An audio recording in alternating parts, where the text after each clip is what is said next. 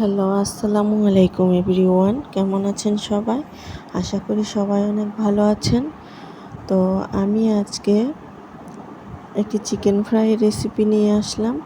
তো আমি চিকেন ফ্রাইয়ের জন্য মুরগির বুকের অংশটা স্লাইস করে কেটে নিয়েছি একদম পাতলা পাতলা করে। তারপর আমি এখানে হাফ টি স্পুন দিয়ে দিচ্ছি সয়া সস, এক টিস্পুন দিয়ে দিচ্ছি দুধ, এক টুকরো লেবু চিপে দিচ্ছি, তারপর দিয়ে দিচ্ছি লবণ পরিমাণ মতো, তারপর জিরা বাটা, আদা বাটা, রসুন বাটা এবং গোলমরিচের গুঁড়া, আর একটু টমেটো সস দিয়ে ভালোভাবে মেখে নেব।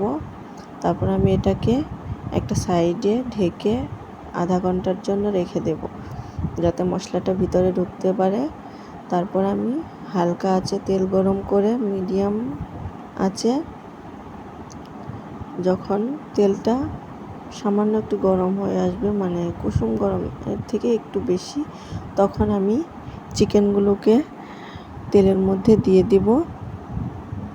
তেলের মধ্যে দিয়ে তারপর ভালোভাবে নাড়াচাড়া করে ভেজে নেব একদম ব্রাউন কালার করে।